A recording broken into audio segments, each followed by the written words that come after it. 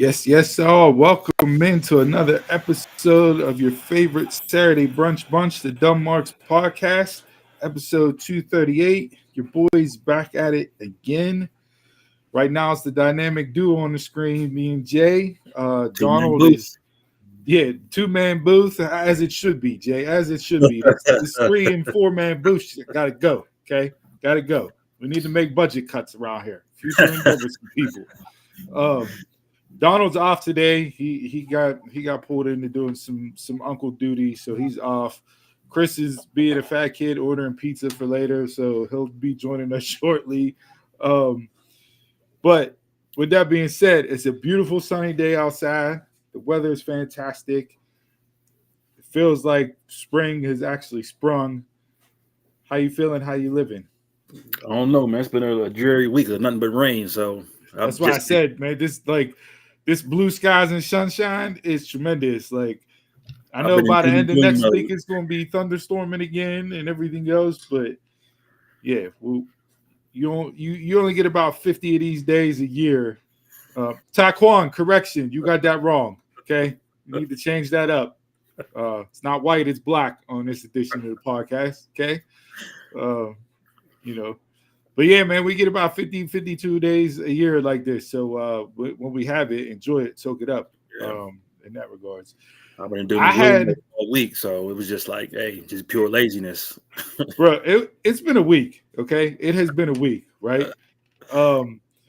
We got an American Pope ever in the history of popedom. What is he, a Chicago native? American. That's there we go. Am I back? You're back. You're yeah. All right. But I was saying we got an American Pope for the first time ever in popedom. We got an American Pope from Chicago. Go figure. With the times, go figure. Go figure, right? So yeah, we'll see. He is a Bears fan, and I don't know if it was AI clips or not, but there's a clip of him doing some type of sermon, and at the end of it saying, "Fuck the Packers," and the crowd responded back with that same message. So if we're getting that type of Pope in office, sign me up, okay? But yeah. Look, I seen a terrible towel there in attendance. They say they bring things you want blessed. Yeah. And boy, we did have some local Cardinals out there casting the vote for the Pope. So much like a Yinzer does, you got to take Steeler gear or merch wherever you go. So why not have the new Pope bless the terrible towel in that regard? So we got a Pope. I had my Connect reach out and say, hey, we got cases of Buffalo Trace in. You need to come grab them while they're hot. So when those come in, especially in this area, can't never find Buffalo Trace. It's like 1 in a million shot. And it was at a place that I would not expect to go to find Buffalo Trace, but now that I know that they get it in there, yeah. So I went and grabbed up 2 of them bottles. So it's a good time all the way around. But the main thing about this week, so we're gonna do a little story time with Double S, baby. Okay. 2 things. First thing, how old is too old to have a sneaky link come to your house and sneak through the back door? I'd say 20s. 20s? 20s? You capping it at 20s to have sneaky links come in and go through the back door? Maybe mid-30s. When you're in your 40s, you just got to man up and just like, hey, this is what's happening. So you get caught. So this week, my wife's granny moved into a new house 2 weeks ago, right? She got a nice little crib. She's retiring coming up, about to be living her best life later on and everything else. My wife gets a phone call. Hey, somebody needs to go to Granny's house. There's a man sneaking in the back door. What? There's a man sneaking in the back door? Yeah. You find out Granny still got the jersey on, and she out here That's Earl. He take care of the garden. That's Earl. Earl coming to the crib, sneaking in the back door, right? Mind you, she lives alone. Like it's like there's no reason why this man should be coming in through the back door. And it was 10:30 at night. Hiding from everybody, neighbors, everybody. 10:30 at night, Jay. Got him coming through. I said, oh, Granny out here still got it. I mean, shout out to her living her best life, but yeah, we don't need to be sneaking people in the crib. Just have them come through, right? You know, and then so immediately it's like, all right, who is this dude? What's his name? Where he from? Right? All that, right? The internet detectives can play. Come to find out, we got dude's name here. They went to high school together, so it's never too late to rekindle a relationship. Get that old flame back. Old flame back, and he's younger than her, so she out here pulling in younger dudes, sneaking them through the back door, and she's crushing it in her 80s. Like Granny's a G, okay, Granny capital G for Granny. I think I came in at the right part of that conversation. So now let's flip slide. Let's slide this story from the 80s to the teens. I have a teenage daughter, and with her on Thursday, chatting it up, coming back from somewhere, and she's like, "Hey, stop at the store for me." I said, "What do you need from the store?" "I gotta buy snacks." Gotta buy snacks? What do you need snacks for? Well, there's this senior who, you know, she caught some feelings for. She goes, "But I'm gonna catch him with snacks." I said, "Oh, is this a Jason's younger self? Like you putting snacks out to catch out there in the wilderness?" She's like, "Just stop at the store." I'm like, "No, I'm not stopping at the store." She's like, "Come on. The last time I had snacks, he came up, talked to me, this, that, the other." I said, "No, like not happening." So I stop at the store. Of course. Right? Get snacks. She goes to school yesterday, comes back, went to her friend's house afterwards, everything else. I'm going to pick her up last night. She gets in the car. She's like, "Yo, chat." I'm like, "First off, why are you calling me chat? Okay. We're not, this is still a father-daughter relationship. Okay." She's like, "Yo, chat, the snacks worked." I said, "What you mean the snacks worked?" She's like, "It came over, talked, this, that, and the other." I said, "Well, okay, did you get his digits?" And she was like, "No." My wife pointed out to me, "Hey, you should have asked, did she get his Snap? Because I guess that's what they exchange now. Snaps are Instas, right? It's no longer the digits."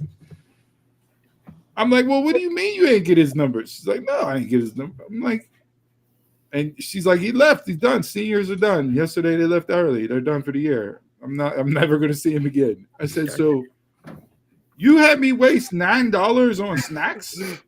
That was going to be my follow-up question. How much did the snacks cost? For nothing?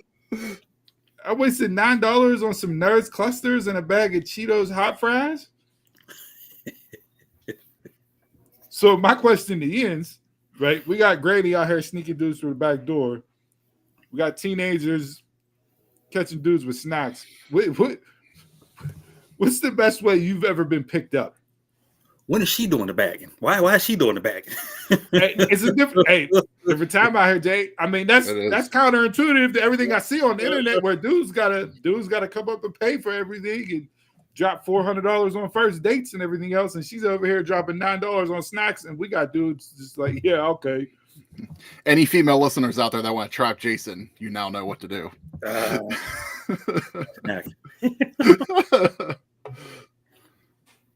Yeah, no, DJ. Literally, she bought snacks, and dude was like, "Hey, how's it going?" Like it was it.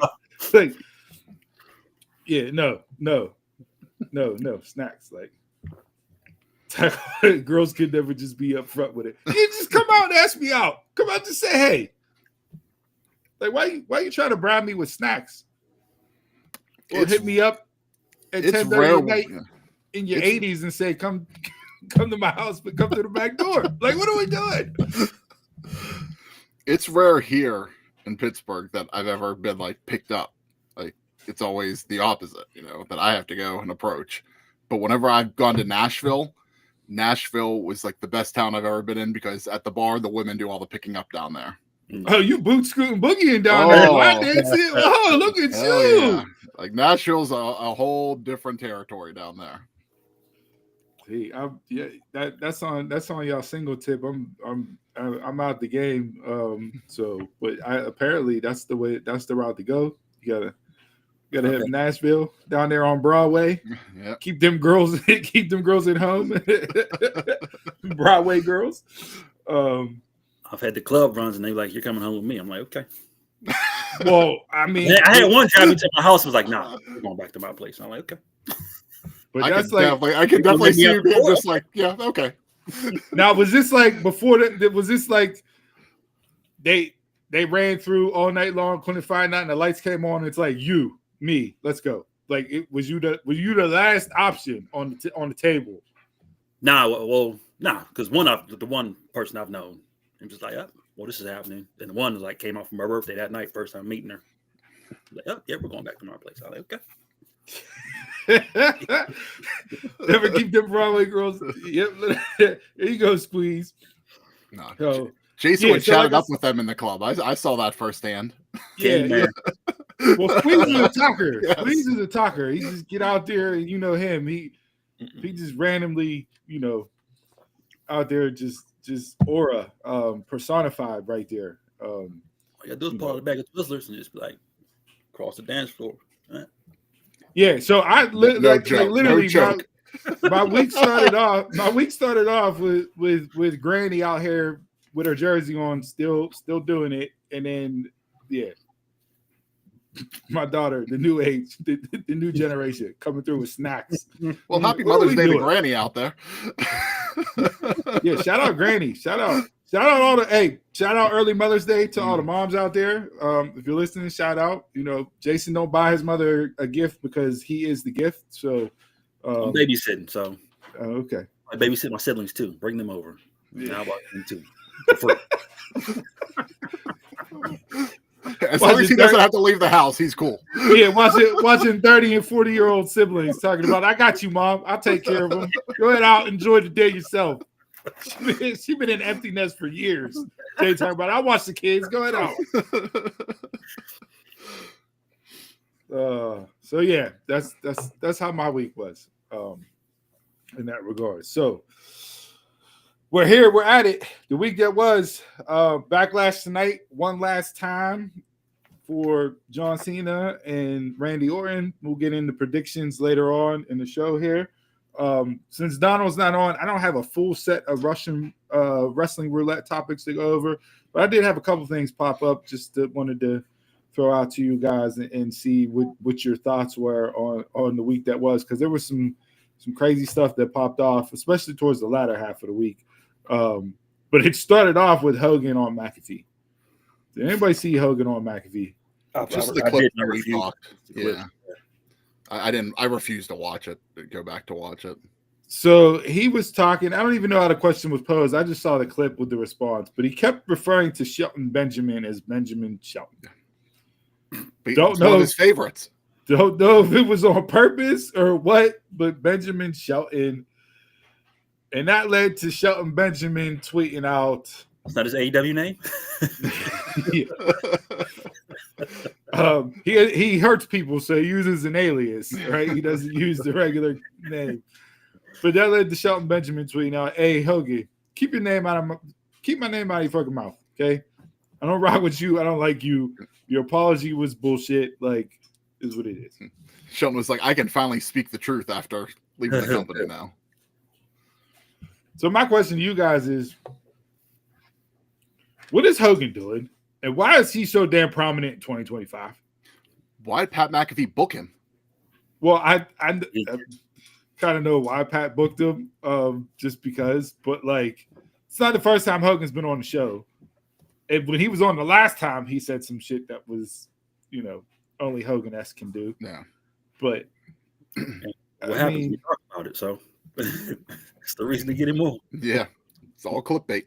Like, is this like, hey, your Legends contract, we can't rule you out in the crowd because you get booed out the building.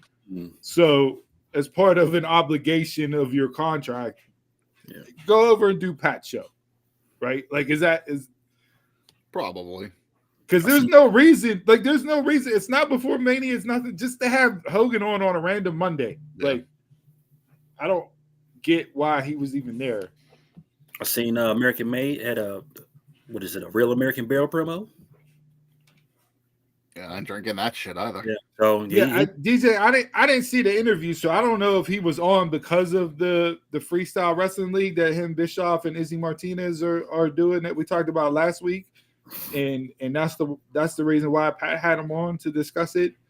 But like, you start throwing questions out there, and Hogan's gonna Hogan. Oh yeah. So he definitely Hogan.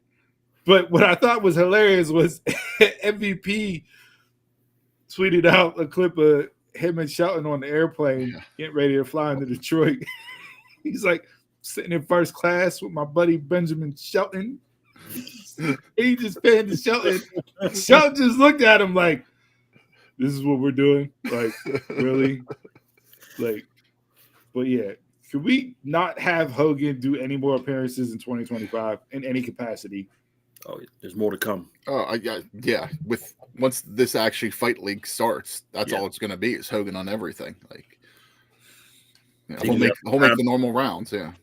And these three topics are all about like the messiness, but with internet wrestling fodder this week. So we had Hogan on McAfee and Shelton Hogan topped the HPI list this week. So I don't know. Okay. I got a strong contender here that I'm gonna bring up in a minute. But so from Hogan to Velveteen Dream, Patrick Clark. Yeah, saw that.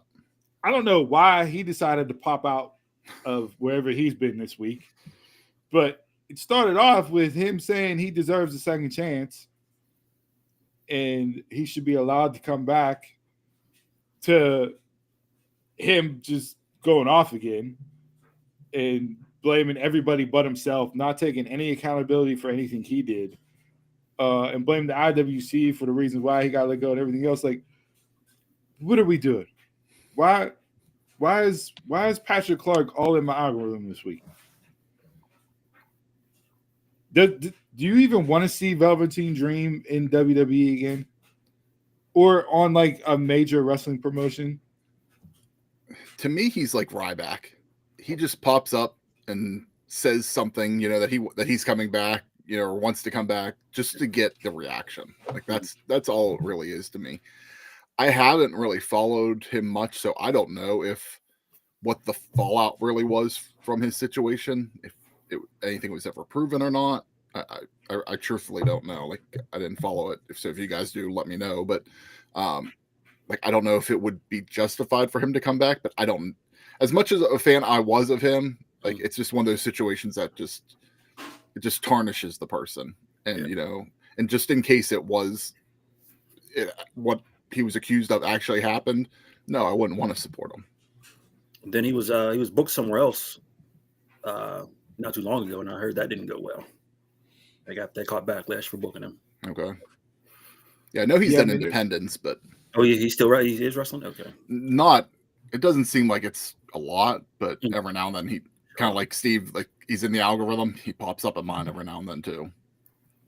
Yeah. So it's just like, all right, we got that, right? Then we have Will Ospreay cutting the interview. And they clickbaited. I don't know if they clickbaited, but they definitely took the clip and shortened it down for his answer. But basically what got everybody up in arms was that Will Ospreay said he's better than every single person in WWE. And if you go back and you actually listen to the full interview and the question that was asked and the answer and everything else, like, they definitely did it to get reactions. Like, Of course. I don't think the intent was Ospreay basically saying there was nobody in WWE that he's not better than. But some people definitely took it that way and inferred it that way. Like, look, if you're in AEW or WWE and you're doing interviews and they bring up the other company, don't answer the question. Yeah. Like, you're just being set up. No matter how you answer it, you're being set up. But how's it different than any other sport whenever a talent gets on an interview and they go, and they ask a question like, who do you think you're better of than this team or this league and that league? And if they respond, how's it any different than that? It's just it's not like it would be no different than Tyreek Hill going out there and saying I'm better than every wide receiver in the NFL. Well, is that true or not? It's debatable. It's arguable. Yeah. You'll have people come out and say you're not as good as Jamar Chase or Justin Jefferson, etc. But Tyreek Hill's going to believe he's the best wide receiver in the NFL. It's no different. Like, but then again, you really don't get too much of that unless it's like a combat sport. Like, you don't get too much of that in baseball and basketball, football. You'll get that in like boxing and UFC. Mm-hmm. That I'm the best, but then you have to go out there and prove it. So I mean, listen. Ospreay can believe wholeheartedly that he's the greatest wrestler, and there's nobody in WWE that can lace his boots. And he has every right to say that. Because if I want to be a top guy, I want to act like a top guy. I feel like nobody can touch me. And you look over the past year and a half of work that he's done, it's very hard pressed to find somebody that's on Ospreay's level. In ring. Now, he's gotten better on the microphone. I think that's where you got to stop it, though. So he's getting there. He's getting there. I enjoyed his promo on Wednesday with Hangman. But like, if I'm Ospreay, I think I'm the greatest. I think I'm the best. Yeah, it's no different. Just like what you said, you just gotta go out there and prove it. Mm-hmm. Like, and I think he does do a good job proving it. But I'm a fan. The people that don't like him, they're gonna think differently. But. And then the last thing that popped off this week, that I want to get your guys' reaction on. Back and forth between Ricochet and Javon Evans. I don't know if that hit your timelines or not this week. It did. But Javon tweeted some stuff out there. Ricochet definitely goaded him into giving the response and the reaction that he got. But basically, to sum up the tweets, and they're out there, they were screenshotted and floated around. So if you haven't seen them, you can go out and look at the exchange. But basically, Javon ended it up with saying, "Why are you talking to me? You wrestle in front of 2,000 people for a cokehead." Okay, I can see this now. Right? Yeah. And the tweets got deleted. Now, whether or not he went back and deleted them on his own or WWE was like, hey, let's pull that down, right? Like this, isn't good. Sean Ross Sapp. Nothing dies on the internet, by the way, though. Yeah, no, nothing dies on the internet.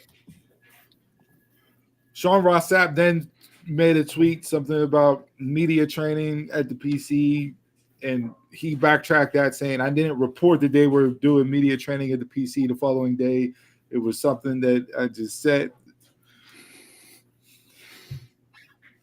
One was how should Javon have interacted in that exchange? Two, Ricochet is on screen and off screen very entertaining right now, and is like doing his best work. But three, like, why if you just saw cuts come, right? You just saw people released. You saw bigger names released. You're a young cat. You got a bunch of talent, etc. But there's nothing stopping them from cutting you. They could have cut you from the tweets. And then what? It's not like you can sign with AEW now, because if I'm Tony Khan and you call me a cokehead, I'm not signing you. I mean, cokehead was the most out-of-pocket thing. I think you could have let the rest of that stuff ride.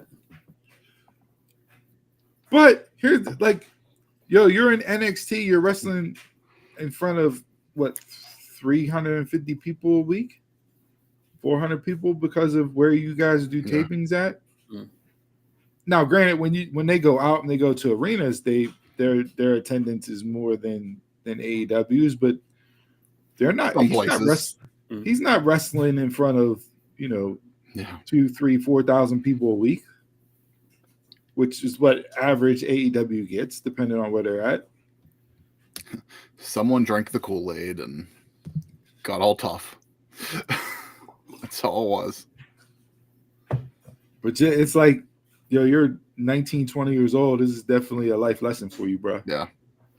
If he doesn't learn from it, yeah, he'll be on the list at some point probably. And that's the social media generation, because they all grew up on social media. So you got to realize, hey, I'm in a prominent position now. I work for a huge global wide company. I got to watch what I say on the internet. Yeah. Right? You should. They don't. So, but I wanted to save the most egregious one for last. Okay. And then we'll get into our mushes and Mount Rushmores. Clips broke, I want to say yesterday, or it might have been Thursday. Jonathan Coachman said that Bailey is washed and useless and should have been released. Oh, I did not see that. You're crazy. Yeah. You're crazy. And the only person on the panel that spoke up in Bailey's defense was Gabby Laspisa. I don't even know the other two dudes that were on the show. But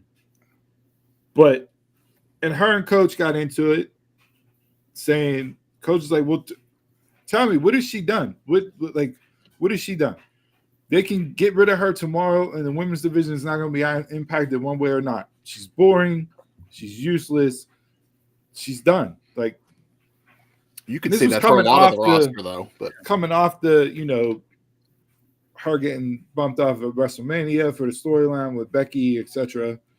And I expect Bailey to come back, whether it's tonight or within the next week or two, to step up to Becky and not be the first big feud as part of Becky's IC run, because she's not losing tonight. I can tell you that much. But first off, why is Jonathan Coachman in my algorithm? Like, he's been doing gambling shows and everything else. Now you hop back into the world of wrestling and you want to throw that statement out there. That's his MO lately. Like, he's trying to be the shock jock. He's trying to be like Howard Stern-esque, but not so much Howard Stern, but just trying to throw like the shit out there and just see what will stick out there. And that's been his MO, I think, really most of this year so far. Thought he got done with wrestling. Like, he got out of it, but that's all he does is talk about wrestling. It's hot again. He's back on board. Yeah. But the fact that you call Bailey washed, useless, and boring means you're not paying attention to the product.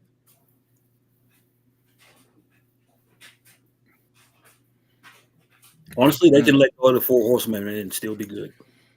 Yeah.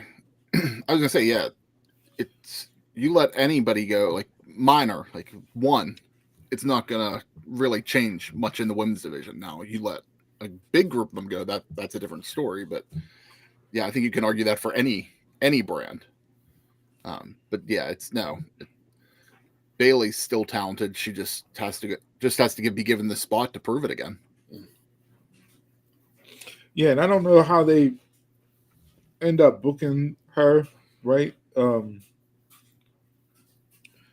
She doesn't need to go back on NXT, that's for sure. She's still battling, some issues with her leg and everything, but like, I still take Bailey over 90 or 95% of that women's roster. Yeah, agreed. And if I'm having a women's wrestler in my promotion, Bailey is on the very short list of women that I want in my promotion. Mm-hmm. Heel or face. If I'm drafting any brand, she's in my top 5. Yeah, for sure. She can go. To your point Steve. It's just the injury that's maybe slowing her down still at the moment. But if she gets to 100% again, or as close as she can to that 100%, say she only gets to 95%, and that's the best she'll ever be is at 95%. She's going to be better than most talent in that locker room at that 95%. And a lot of them at 100%. Yeah, 1,000%. No doubt. No doubt. So, and there was our Steiner math for the day. Yeah. So, like I said, there was a lot of just what are we doing situations this week that popped up on the timelines from Hogan to Coachman and everything in between. Like, I don't know if that's going to continue at the pace it is. You know, summertime, normally people get outside and shit starts hitting the fan. I don't know if we're getting, you know, into that realm for wrestling right now. But, yeah, it was definitely a messy week on the internet as far as wrestling goes. So, outside of the mess in the week that was, from just the what are we doing moments to what are we doing moments inside of the ring and the arena from the weekly shows that were. What were your mushes of the week this week, Jay? I'm gonna just go with the fans. I don't know. They're just starting to annoy the hell out of me. Playing the booing when you're supposed to cheer. You got the "you can't wrestle" chant for Nia Jax when she's facing Jade. And they had a good match. Yeah, like you're chanting that to Nia. Come on, they're like they've just been annoying since overseas, since London. Yeah, the U.S. crowds coming out of WrestleMania have not been the best. I'm ready to go back to Thunderdome days. Oh, I don't know about that, but yeah, it makes. I'm interested in seeing how St. Louis is tonight because St. Louis last night wasn't good, but like we're so used to Backlash being over some sort of travel the past couple years where the crowd is super hot, and St. Louis got to deliver it tonight. Yeah, I don't know. It was. There were a couple instances where like they got things right, but I just it was a weird week from fan interactions and engagement for sure. I didn't. Luckily for me, last night though, watching, even though the crowd was what it was last night, it didn't take me out of the show. Where sometimes you'll have that happen and I'll just completely be out. Like the Raw crowd the week before, forget wherever they were at, but that was like, yeah, you just ruined the show for me. Kansas City. So I don't know what it is about Kansas City and St. Louis right now, but the Midwest is not doing its thing when it comes to fandom in wrestling. Because I think they're still dealing with the winter. I didn't mind Monday. Paul played them well. So, but that's Heyman being Heyman. Heyman, yeah. So we'll get into that. Chris, what was your mush of the week? I got Donald's too. You want me to give you Donald's first? Yeah, go ahead. All right. Donald's was AEW with their multi-man matches. He said, the past 3 weeks we went from 10 to 8 to 6-man tags with the same people. Tell me you don't have a story for anyone without telling me. No creativity at all. And what is Speedball Mike Bailey's purpose? I mean, all Tony's done in the past few years is just seems to be copy Vince's old homework with these multi-man matches and all the creativity, the lack of creativity that WWE had in the late 2010s. Between multi-man matches and him throwing out cash prize matches, I have a $400,000 to the winner and split 4 ways, or $100,000 to the winner, and that's the storyline now. Rush is mad at Speedball because he cost him $100,000. Of course. Sammy Guevara wins $100,000. When the hell is Sammy Guevara? When's the last time he been on TV? Not AEW programming. But like, it just, yeah. For the moments that were high in AEW this week on Dynamite, there were a lot of low moments. And again, it's like, what are you doing? Like, what are you doing setting up next week's show. Everything was to set up next week's show. Ospreay and Hangman come out. They have their interaction.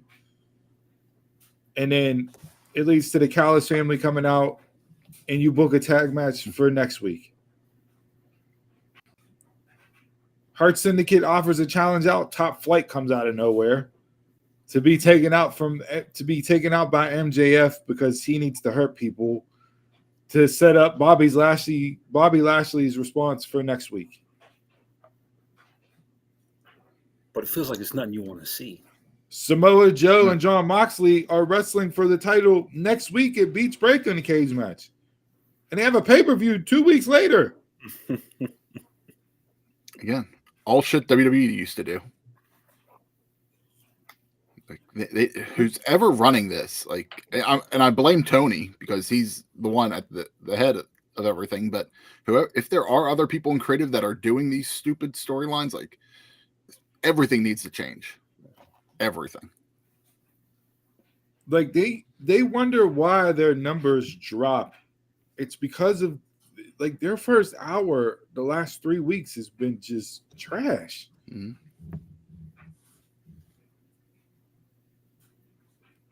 Nothing gets paid off. You're recycling the same people out there. Tony Storm has wrestled a title eliminator match 3 weeks in a row and does not have a single challenger yet. And it's still entertaining as all hell, but yeah, listen. So we're just gonna do this to the Owen, I guess. And that's made no sense at all lately either. Like they had all the matches in April, and then the finals are the end of May. Like, why a month in between the matches? Like, what? Like this should have been settled by now, and then you could have had the title match that you earn at the pay-per-view. And there's nothing that you like. There's nothing for Mercedes and Jamie Hayter to do between now and the end of May that's going to get me more interested in that match because they've ran the same bit how many weeks in a row? Sit down, interview, attack, brawl, end. Sit down, interview, attack, brawl, end. Walk up to the top of the ramp, come out, brawl, end. Ospreay and Hangman just had their first interaction, and it led to a hey, we're in a tag team match next week. Can they coexist? Wrestling 101. Doing. This feels like the same gap between Rumble and Mania. Like you have matches that don't need a storyline. What's the point of the gap? What's the point of your show? You're giving me no reason to tune in. And it's the same thing to me as I said, described it at WWE at that point. The talent is there. There's 100% of talent that should be able to deliver on the show. It's all the creative that's the issue in the company. And then if I went to that show Wednesday night, I'm pissed I spent my money because literally everything you did was to set up next week's show. I got not one single payoff. It definitely doesn't make me want to buy the pay-per-view. I haven't wanted to buy an AEW pay-per-view in like 6 months. It's been a while. And I haven't watched the last 3 live. And haven't felt like I've missed anything. What was the last one? Revolution. That wasn't there one after Revolution? Yeah, Dynasty was the last one. Revolution was good. Dynasty was the terrible one. Just it was like Dynamite, $50 Dynamite. Yeah, 100%. So AEW is my much of the week this week. Okay. Donald called out specific part, but that just the whole first hour was just like, what are we doing? Nothing makes sense. Nothing builds on top. Mine's going to go to another promotion. I'm giving it to TNA for the week for 2 reasons, really. The first one being Josh Alexander did his interview this week and said that whenever it came time for his contract to expire, he had that conversation with TNA. You know, like, I don't want to resign. I want to see what my options are, but, you know, I'm leaving the door open. And TNA never gave him a counteroffer. So Yeah. one, how do you not even give him an offer to stay, like with that talent? I mean, they pulled the Steelers and the George Pickens and just said, "Hey, we're not re-signing you. We're not paying you the money. So instead of trading you, we're just going to let you walk." Like if it was kind of reminded me a lot of AJ, like where TNA went to AJ and was like, "We're giving you a lot lower." But they didn't even offer lower. Yeah, they could have at least offered something to see if his loyalty would have kept him there or not. Other than just being like, "You're gone." We're just going to treat it that way. So I don't know what the hell they were thinking in that. And then two, why are we using Victoria Crawford, Alicia Fox? Like she had her debut this week on Impact, and she's not the name they need to be, the veteran in the back for the women's roster. They have so many young female talent right now, and you just let Gail Kim go. Like that's not a person that's replacing Gail Kim to help out with the women. Like her debut wasn't very good at all, like for what it was. And then that was even compounded by the fact that one, it was a bad match. Two, it set up a tag team match where Santino comes out and says Masha Slamovich will wrestle Tessa Blanchard and Victoria Crawford in a tag match, and Masha gets to select her tag team partner for Robert Stone to step in and say, Santino, you don't let the inmates run the asylum and let them pick their tag team partner. Masha's tag team partner is going to be from NXT, Nikita Lyons. Who? How does Stone have say? Because Stone is auditing. Stone is auditing Santino Marella's performance as the deputy of authority in TNA. Yeah, that started last week on TNA. Okay. That's the TNA shit that got LOL TNA. Yeah. Like that's 10 years ago TNA. Mm-hmm. And just to randomly throw Nikita out there, who's not a babyface, to partner with your TNA Women's Champ in a tag match makes no sense. Is she involved in a fatal 4-way for the title? Yeah. Yeah. So she's not even on NXT. She's in Evolve. And to me, that's like, oh, we're not even going to give her a strong partner. We know she's, injured, or injury prone. So let her go out there and be your tag team partner. Yeah, what are we doing? Like, all I'm hoping is that Alicia Fox, Victoria Crawford, whatever you want to call her, I just hope her contract is a limited dates contract and not a full-time thing. Taquan, I can't put that comment up there.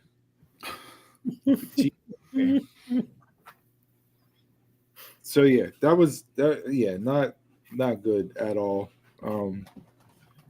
A strong mushes of the week this week. Like when it was bad, it was bad. Yeah. Right. Like so. All right. Outside of that, let's talk about the good this week. What was your Mount Rushmore this week? Chris, give Donald's first. All right. 1 second to go into that. All right, Donald. This was surprising to me whenever he sent this over. El Grande Americano winning the speed title on Cinco de Mayo. It's a true Mexican hero. Donald, who it's not canon if it doesn't happen on TV, gives a speed match. Gives a speed match. That's his Mount Rushmore this week. You want to talk about fickle? He said every wrestler has a stepping stone. This is his launch to stardom. He will be meeting Dom Mysterio at the main event of WrestleMania. Congratulations, El Grande. He believes. He's full of kayfabe. After El Grande won the speed title, the first person was to congratulate him? Chad Gable. Chad Gable said, well done, deservedly. So, a first of many singles titles within WWE for El Grande. And I think he said something like, who would have thought El Grande would beat Chad Gable to a singles title? Yeah. Yeah. But yeah, El Grande Americano winning the speed title on Cinco de Mayo is, yeah. So there. Gracias. Yeah. That is surprising from Donald because it's not on TV for sure. Oh, This man is the new Baron Corbin. You give him something, he makes it work. Don't do that. Don't do that. So much more talent. it's to me, it's what he's doing, and we all know it's Chad Gable, right? Yeah. Like what he's doing with that is the same thing Owen Hart did with the Blue Blazer. No. Like Owen Hart did not need to be the Blue Blazer, just like Chad Gable does not need to be El Grande Americana. But it was so damn entertaining as that character. I just hope that, Chad, whenever they get to wherever they're going with this, actually turns into a legit run for him. And not just doesn't become Stardust. Yeah, but has a purpose. But Cody and Stardust felt different than this. Like, I don't get the same vibes from it. Like, that was... Early on, I felt like it was, to me, it was just a stepping stone for them to have a match, for Cody to eventually have that match with Goldust and then break out back on his own. And then it just stagnated and was what it was. Yeah, but he's entertaining. Oh, yeah. He's top 5 most entertaining wrestlers right now. Listen, you can sit. Actually, we'll get into this a little bit later on. But this will be a teaser for later on. But it's a lot of Kurt Angle of you can take anything and make it entertaining, whether it's the match or the entertainment side of it. 1000%.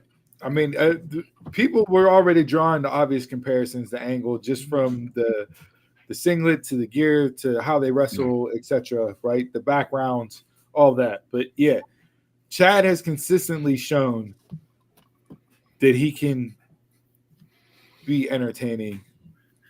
Way to still believe. DJ's, checking out the Easter eggs, spotting every single difference there. Listen, we're riding with Michael Cole on this. Chad Gable and El Grande are the same person. Okay? Doesn't matter what you say, DJ. Just like it doesn't matter what Pat says to Cole. It's the same person. All right? But yeah, no, he's definitely entertaining with it. And yeah, I can't believe Donald put him on his Mount Rushmore this week. But that absolutely fits. So oh yeah, it works. Jay, who you got for your Mount Rushmore? As much as we hate the booking, I really enjoyed the battle royal they had for the NXT #1 contenders match. I feel like a lot of people got over in that match, way more than usual. And I liked it because it wasn't like Trick overcoming all odds and winning the battle royal and being thrown back in. You got somebody new, and you didn't have to build a storyline with it. Who ended up winning? Miles Bourne. Miles Bourne. The fake Randy Orton. The fake Randy Orton from last night. I was hoping it was him on a. Oh, it was him. Oh, okay. Yeah. I was gonna say that's Kyle Fletcher, but yeah, no. You can't baby Randy while he's wrestling. Yeah, Miles. I saw Elias. Elijah showed up, but yeah, they had a couple people from Evolve getting in there, looking real good. LFG. They had Shiloh and the other guy from LFG were out there. A lot of people got over. The dude from Noah, he got over big in that match. Yeah. Miles is partially deaf. Yeah, and entertaining. Got that. Then he plays into it. Oh yeah, him and Dempsey in the back afterwards with Oba. Like I was as much entertained by that as I was anything during the week. Jason, he can't be entertaining. Now, I don't know how this leads to me having any doubt that he's going to beat Obafemi because I absolutely don't. But it's somebody that is brand new, and let's see where it goes and what happens with it. We wanted to see him break out in the tag division, but if you're going to run him by himself, run both of them by herself. They are both legit. Him and Travion had a breakout performance over in Japan. Came back as part of the Noah's G1 version of their tournament. Him and Briggs again had a big breakout there. But when you look outside of I would say outside of Oba too, huh, Jason? Outside of Oba, Trick, Ethan, and Saints, they don't have a men's division. Mm-hmm. There's nobody there. It needs a lot of help. So if this is going to be a way to catapult somebody to see, can we put you in a spot? It's Then like you have these people, but you don't have them in the roles. Like you have Wes, you have Tavion and thing, you have Briggs. You can be next man up, but you just don't have them in that role right now. You have them pandering in the tag division.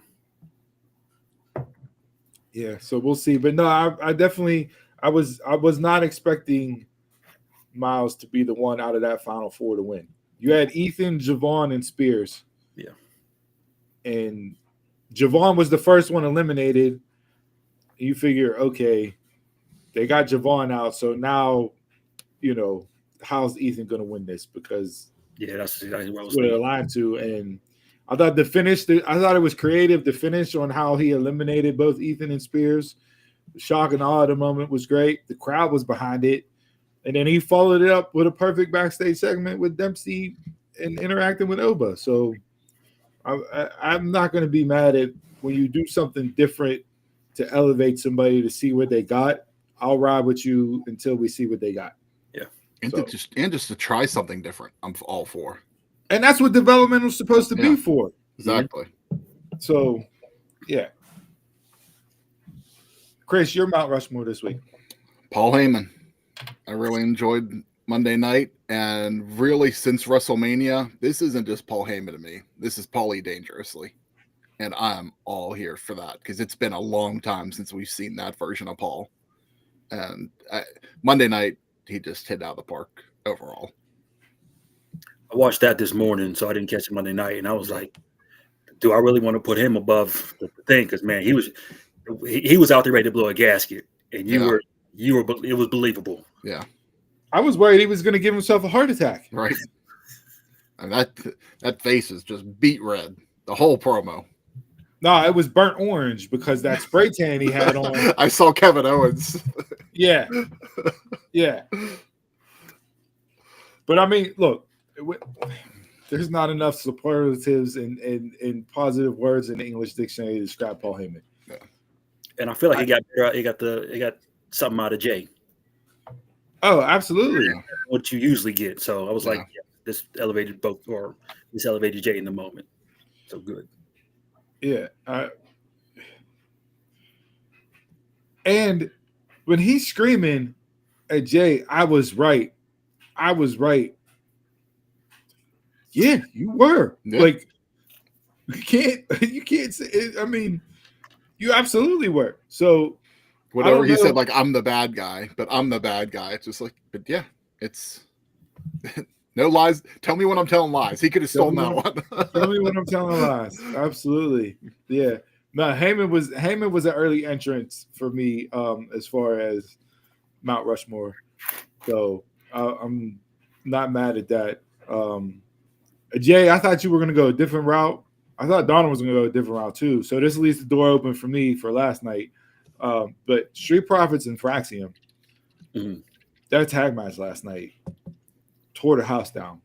And say what you will about Fraxium, they're not great on the mic, but in the ring, they're freaking gold. Like, do I like them coming up and beating the tag team champs right away? No. That's the only thing. Like, you could have gave that whole performance and still had the Profits win.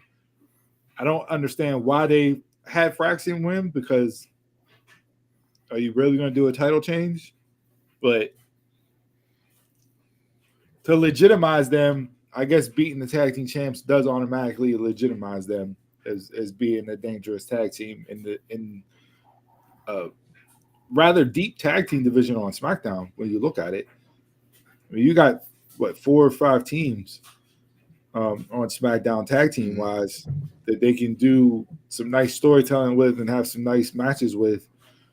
The Raw tag team division is way less impressive and intriguing to me, but yeah, that match last night was outstanding from them two. And to me, when tag team wrestling hits like that, there's not much else that can top it.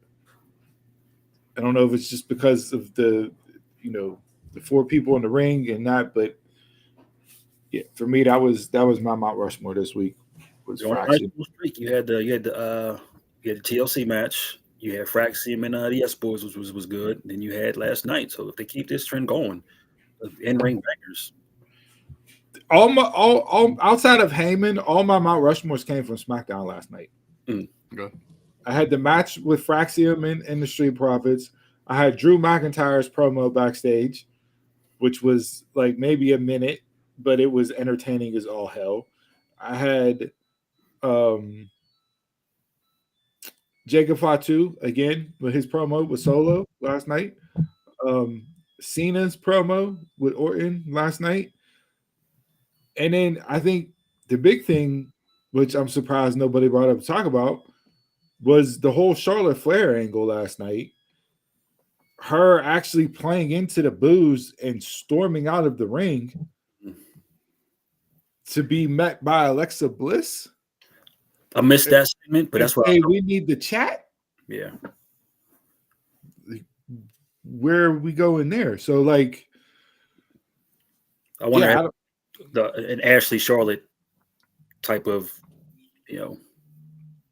storyline.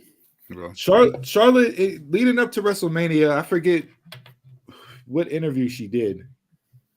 And it may have been the same interview where she was talking about her divorce and that. There were so many media appearances on the run up to WrestleMania about people. I started to get them confused. But she did say that she hopes that she can bring Ashley out more, not just Charlotte. You see it in the fan interactions. So, like, I see, like last night, the crowd did exactly what they were supposed to do, boo the shit out of her. Yeah. She said exactly what she was supposed to say and stormed out and acted the way that she should have acted. So, like, all that works. Jay coming out, the face-off. We saw the face-off when Jay first got signed between them two before Charlotte got hurt. So you're bringing that back into the fold. Jay telling her to get to the back of the line, which pissed Charlotte off even more, that she decided to leave and storm out of SmackDown, and all this saying, no, be a professional, don't go anywhere, just be a locker room leader, yada, yada, yada. To Charlotte saying, I'm out, deuces, take me to the airport, and Alexa Bliss sent him in the door saying, we need to chat. I'm like, you got me wanting to tune in and see what you're doing next week. So, but yeah, those were all entertaining things last night from SmackDown. They actually made do with the 3 hours last night. I thought from start to finish, there wasn't any lulls last night. So, I don't know if they just cooked up a great episode. Definitely going back to 2 hours is going to be way more beneficial for them on a consistent basis. But we're at the end game now, so yeah. All right. So that was our Mount Rushmores and mushes of the week this week. Hit us up on social media. Let us know what was your Mount Rushmore and what was your mush from the week that was in pro wrestling. Let's get into some predictions here. Backlash tonight. One last time. Orton Cena. Chris, you want to roll out the card? All right, only 5 matches. So let's kick things off with the U.S. Championship. Jacob Fatu, LA Knight, Damian Priest, and Drew McIntyre. Yeah, typical Triple H PLE. 5 matches. Are you surprised that Jey Uso's not on this card? I'm surprised a lot of matches are on this card. So I know that they got a Saturday night's main event coming up here. And I feel they're going to save Logan and Jay for that Saturday night's main event. But not only that, but right after the Saturday night's main event, they're running Money in the Bank. I thought Money in the Bank was going to be July. It's like the first week in June. Yeah. June 7th, I think it is. 6th or 7th. So you want to talk about, and we hated this back in the day with WWE, running their pay-per-views so close together. You don't have time to set nothing up. It turns into just bad creative booking, whatnot. Predictable. So, like, how they stagger out Saturday night's main event with Money in the Bank, and then after Money in the Bank, you got to break until what? SummerSlam? So you have almost 2 months there. Mm-hmm.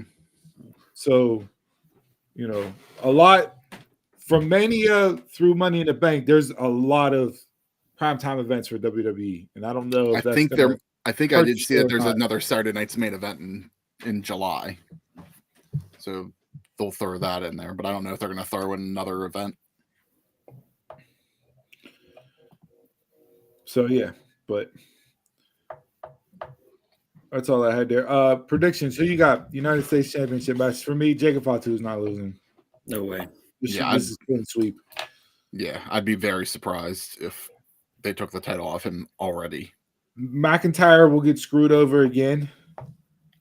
To continue that, Drew is top notch. I mean, his last year plus 2 years now, starting with the Mania run in the summer of injuries with him and Punk, and going through that feud till now, he's been can't miss on TV and on social media.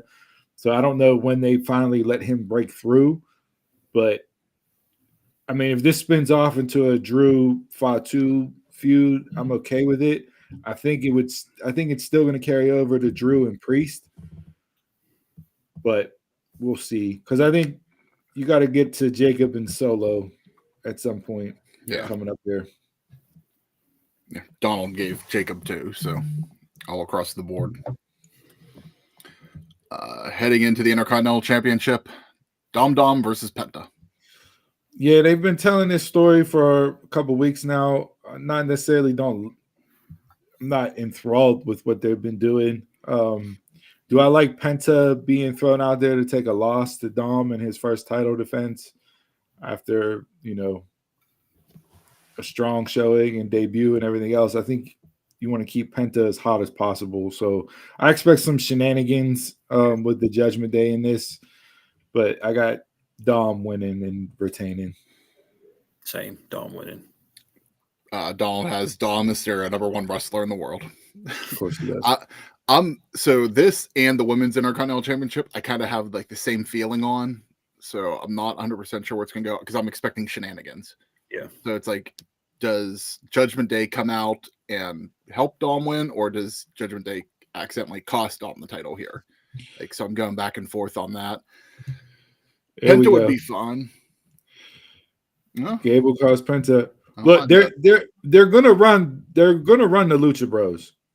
So Penta and Phoenix are getting put together. If Gable costs Penta, that can lead right into the Lucha Bros and American Made as like a first tag team feud for them. So I'm not mad with Gable coming out and costing Penta, or El Grande Americano making a surprise appearance tonight and costing Penta as well. I'm fine since with he that beat too. Ray Phoenix at WrestleMania. I'd like to see Penta get the title at some point. I just don't know if I necessarily see it now, so I'm gonna go with Dom for the win too. That leads us into the Women's Intercontinental. Lyra versus Becky. Becky Lynch for me, hands down.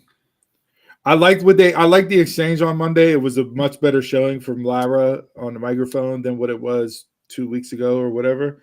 The brawl was what it was. I again, better than previous iterations, but you're not going to have Becky lose this match. This is Becky, as Donald likes to say, checking resumes and getting the Intercontinental title to go into a feud with Bayley. Donald's prediction is Becky Hogan. So I don't need to see Becky win this. I don't need the resume checking. If Steve, you brought up earlier about Bayley possibly coming in and doing something in shenanigans for this match. If they do it, I don't need Becky and Bayley for a title. I just need the match. So for me, I don't want, if that's the way it goes down, I don't want to see Lyra drop the title. But in my gut, I'm expecting Becky to walk out with the title tonight. Give me Lyra. This is too soon to be putting those belts on anybody with a name. Build people with these. But like Donald brings up, though, Steve alluded to it, resume checking, and they're all doing it now. They got to be the first one to get it. But Sheamus can't get his Grand Slam. Yeah. All right, we'll move on to Pat McAfee versus Gunther. I'm here for this match. Like, I am. Like, I want to see it. You know, initially it's like, oh, really? You're rolling Gunther out there against McAfee? No, I am here for it. And especially with what they did Monday night with the face-to-face, like, Pat cut a hell of a promo, which Pat does, and Gunther responded in a way that makes Gunther Gunther. So I am all here for this. You know, this should be like a complete ass whooping, and then Pat has that one moment where it's like, okay, he could beat Gunther, and then it just turns into Gunther choking him out or ending him.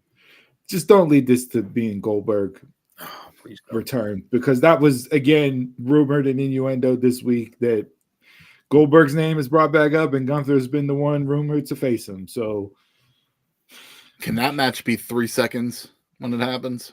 Like, if that's the case, Gunther or Goldberg's winning. Oh God, yeah. I got Gunther. As much as I love Pat and put the strap on Pat, I got Gunther. Give me Gunther. It's just fun seeing Pat out there. He's just like one of us living the dream. Somebody who wants to live in the dream. Donald also has Gunther, and so do I. But you know, every match, Pat's on the top rope doing his flip onto the outside. So you know that's happening in this match at some point. Like, that's his staple right there. So, like, I just want him to line up for the punt. And when he runs in to punt Gunther just pops up and hits him with the hardest chop ever. And then they go into the finish, and Gunther chokes him out. Like, but yeah, this is going to be Pat's going to take an ass whooping tonight, and he's going to get more over because of the ass whooping he takes tonight. Yeah, than what he already is. Because again, he stuck up for a friend who was getting bullied. He cut a passionate babyface promo. He did. You want to talk Ospreay better than 95% of the people? Pat McAfee on the microphone in a wrestling ring is better than 95% of the people. It's what he does. I was hoping for a month or for a moment where like Gunther was like, "Hey, Cole, is this your man's? This you? This you? Really? This is you? All right, if that's you, okay. Wait to see what I do to him." Yeah. All right, main event time. Undisputed Championship, Cena versus Orton. How long is it gonna be one last time? Yeah, no, this is done. They're not running that tagline, running this back again. Once in a lifetime, they didn't change that up. The greatest wrestling match of all time. It's all marketing hype. That's all it is. Yeah. How long do you expect this match to go? 5 matches on the card. You know, typically, usually in that format, we go about 2 hours and 30 minutes, 2 hours, 45 minutes. How long do you give Cena and Orton? They'll probably get a half hour. You expect them to go? You expect Cena to go out there and do a half hour? Generally, the matches are 20 to 30 minutes. I think that's usually what they give them. But I mean, maybe with entrances, a half hour. But I'm not sure if we're getting old school Cena, so he might get Mania Cena drawing stuff out. Headlock, hip toss, take a breather. I mean, it's also Orton in his hometown, so I mean, got to give them a show too.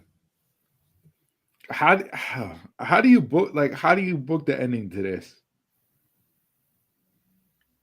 Like, do you have Cena beat Orton clean? Is Boss still alive? Yeah. Don't come running out with the cast on his hand.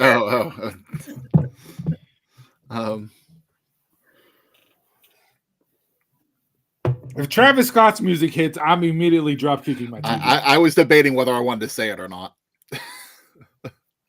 Because rumor is that Cena and Scott are going to have a tag team match against Bad Bunny and another prominent big time superstar. So to me, that leads to either Orton or Cody being Bad Bunny's tag team partner. That's the match you have before this match. Yeah. Like, I have no, I've tried I've tried booking this 7 ways from Sunday, and I have no idea how I would do the finish that continues Cena ruining pro wrestling, but makes him actually feel like a heel. Because as good as that promo was last night, it's still the same promos that he's been cutting. Like Cena to me is not.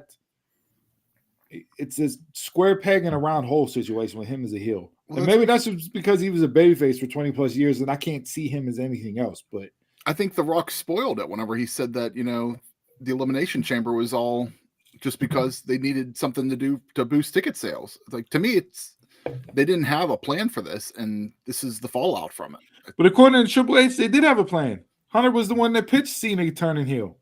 That day, probably.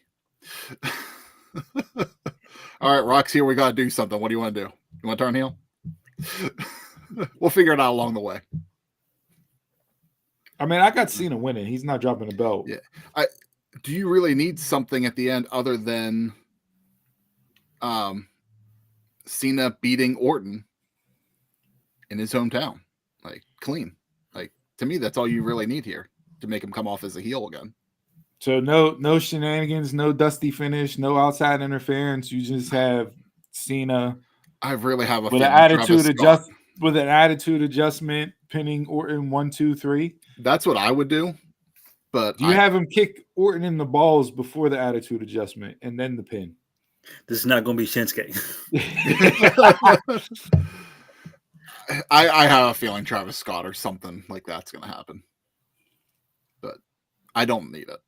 I hope it doesn't happen. If I didn't say Donald has Cena too. Around the board. Like the Kevin Owens injury derailed Orton. Yeah. Because I don't think if Owens' injury doesn't happen, I don't think Orton is getting this shot against Cena in St. Louis. Maybe that was the plan all along. I could, maybe. It would make sense to do it, especially if coming off a KO, if that wrapped things up, you still would have to figure something out. But yeah, I don't. This one has the most intriguing ending for me of the night because I want to see how they book it and where it leads to. I wasn't expecting Cena to come out last night, so we're down to what, 25 appearances, 24 appearances. One more. Check one more off the box. Part of his intro now. Just John Cena in the day. And what? So then we got tonight. There's another one gone. He's supposed to appear at Saturday night's main event. I don't know if he's booked for Money in the Bank. Probably. But how long are they keeping Cody off TV? Cody's supposed to come back in June. Okay. That's what I said. Like, I got a feeling SummerSlam is going to lead to that stupid tag match. I was going to say, do you do that in LA? Since they're going to be in LA for Money in the Bank. If you're going to do Hollywood shit, do it then. Oh, The Rock's going to come back then because it's in LA. So he can just drive up the 405, hop off at the Intuit Dome, have his music hit. Well, apparently if Nick and Ari call him up and go, hey, we need you on, he'll show up anywhere. Yeah. Match of the night. I'm going fatal 4-way for the U.S. title.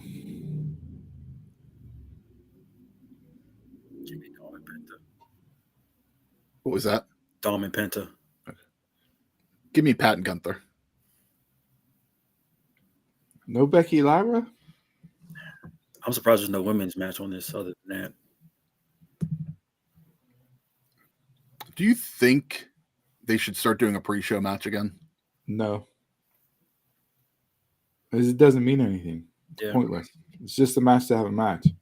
But if they're going to do it, like if they're doing matches like on SmackDown, like last night, like could at least give them the time. And if it's the only match on the pre-show. Yeah, I don't. I'm not see saying the throw need- shit out there on the pre-show, but actually, No, I get just that. don't. I just don't see the need for pre-show matches in 2025.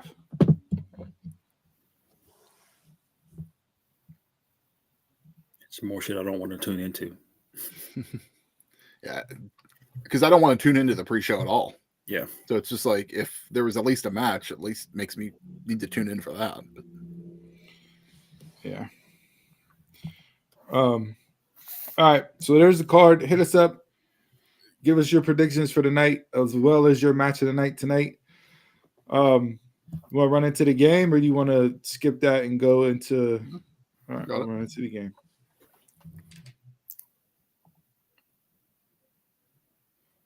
All right, so this was thrown out there by Chris Van Vliet earlier in the week. It's the 7 wrestlers theory. I sent this over in the group chat early on, so you guys had some time to go through and really think about this and not spring this on you just because there's so many wrestlers to list off here. We won't spend a whole lot of time on this. We'll just run down. If you want to give any comments or anything, feel free to do so. But 7 wrestlers theory, the one that made you fall in love with wrestling, your newest favorite, the one that always makes you smile, your comfort wrestler, the one you miss the most, the one you protect with your whole life, and the one you're rooting for the most. Donald, did Donald send his over, Chris? I got Donald's, yeah. All How do you right, want to do this? You want to do each of us go separate or one at a time with the question? We can run the 4 of us for each one of these. We'll start at 7 and work our way up to 1. How about that? So the one you're rooting for the most, who was Donald's? Who do you think? Dominic Mysterio. Dominic Mysterio, number Is one wrestler in the world. Is Dominic Mysterio his answer for all these? It isn't. No, just that one. All right. Honestly, for all of these, I could have multiple people. Yeah, absolutely. But I think the one that right now I give it to Cody.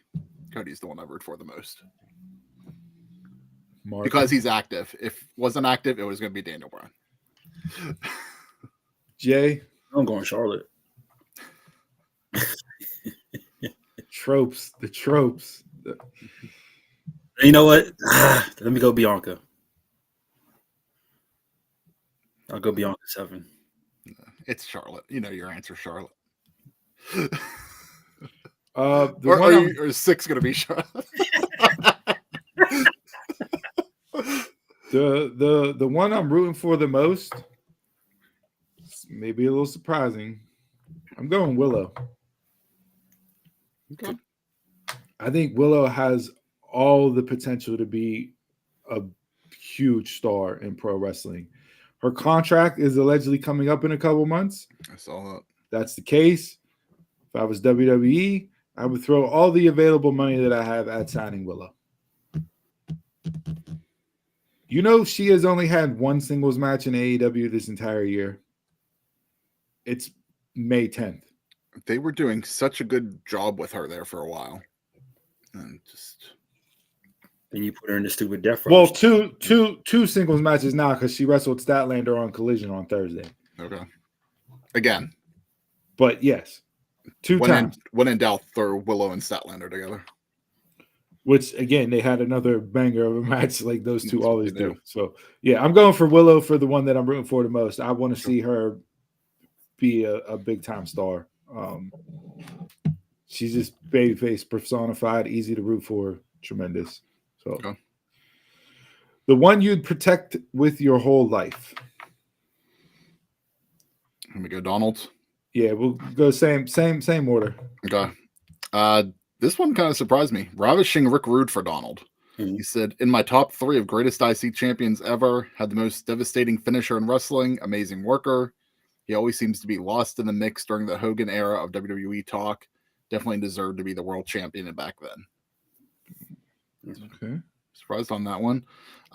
Me, Ric Flair. Get the fuck out. Yeah. Go ahead, Jay.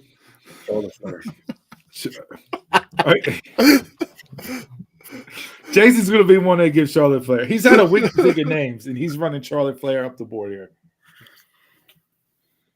Legitimately Charlotte Flair, Jay? Yeah. All jokes aside? All jokes aside, Charlotte Flair. For me, Kevin Owens. You can see that. Yeah, KO. Everything he's done in his entire career, but yeah, hopefully the neck injury, supposedly he's going to put him out for a year or two. I don't know if he comes back, but yeah, KO is in my book the one that I would stand up and fight for. The one you missed the most. Donald's was Macho Man. Said the charisma and in-ring was second to none. I'm going to go, there was a couple I was going back and forth on. I'm going to go Kerry Von Erich, Texas Tornado. Just was cut too short in life. I don't know where to go with whether it was posthumous or somebody who's not active in the ring, but I'll go with Ultimate Warrior. Sorry, Caitlin. You get him next time. You said Ultimate Warrior for the one you missed the most? I went the other route, Jay. I went with somebody that is still alive but not active, and I'm going Dean Malenko. Watching Malenko in the ring was just so damn good.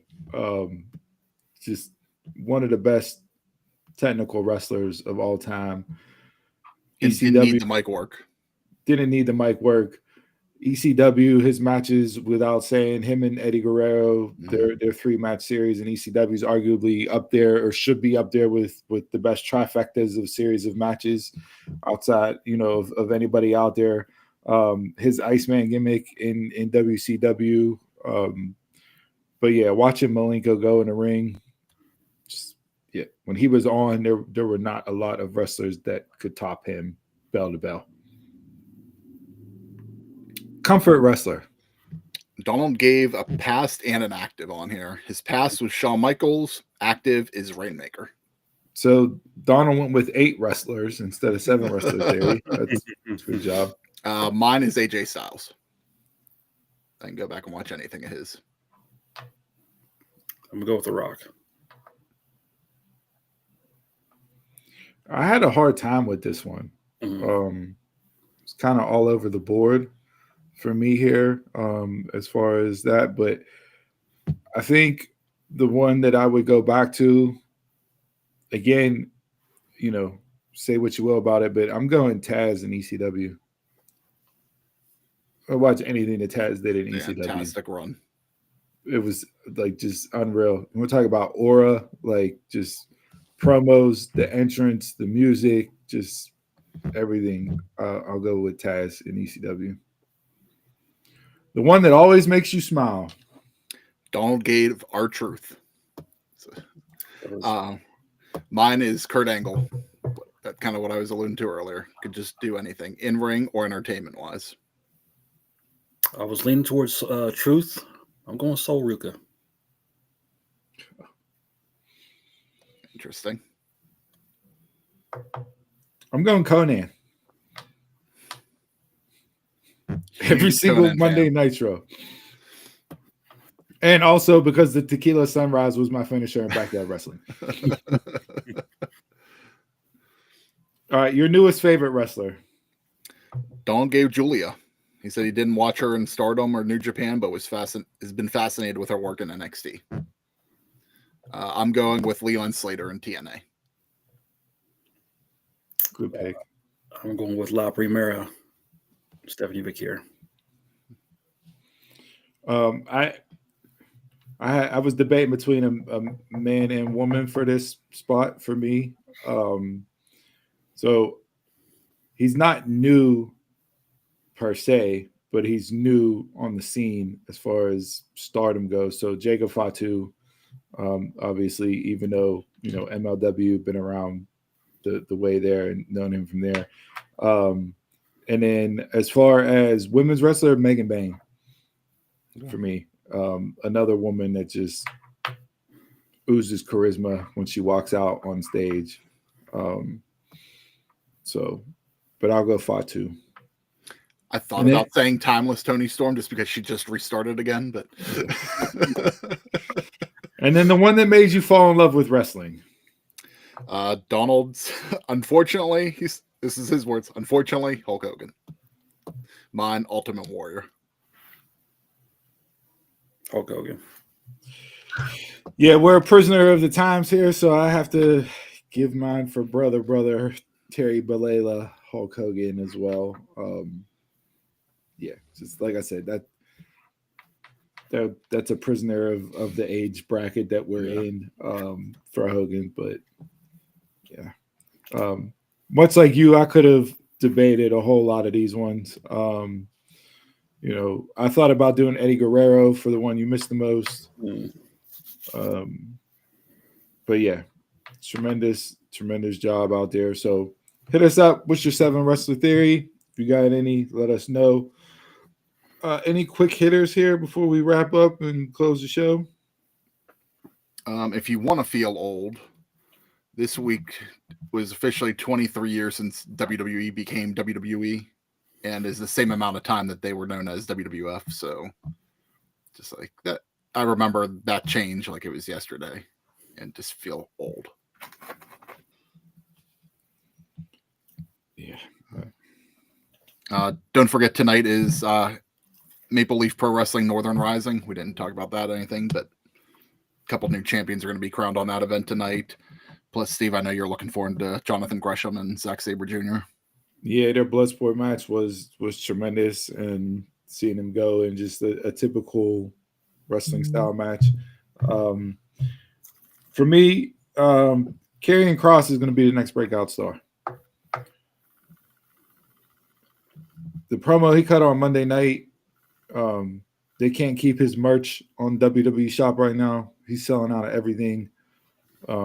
I think behind Joe Hendry and somebody else, it was the most sold shirt over WrestleMania weekend after he cut that promo on Sam Roberts' show. So if you haven't seen the documentary Killer that he did over WrestleMania weekend, that's on YouTube, his YouTube channel, go watch that. It's about 45 minutes long. Super open, super vulnerable. Just, I was already a huge Karrion Kross, Killer Kross fan. You're starting to see the Killer Kross come out in him a little bit more with different things that he's doing. But I got a feeling he's going to be the breakout star of the year this year in WWE. Hope they actually do something with him, like front and center. Yeah, so we'll see. I mean, it's a loaded men's division, right? Like, but there is room and space for him on Raw right now for him to step up, and it's not a bad guy to go against Jay. In that regards there. So, all right. Anybody got anything else before we get out of here? I think I'm good. Jay, anything for you? Good. Good. All right. Well, thanks for tuning in. Episode 238 of Dunmarks Podcast. One last time, as always, hit us up on social media at dunmarkspod.com. Email the show at dunmarkspod@gmail.com. Head on over to prowrestlingtees.com/DunmarksPod. Pick up some merch. We'll give you a live shout out on air.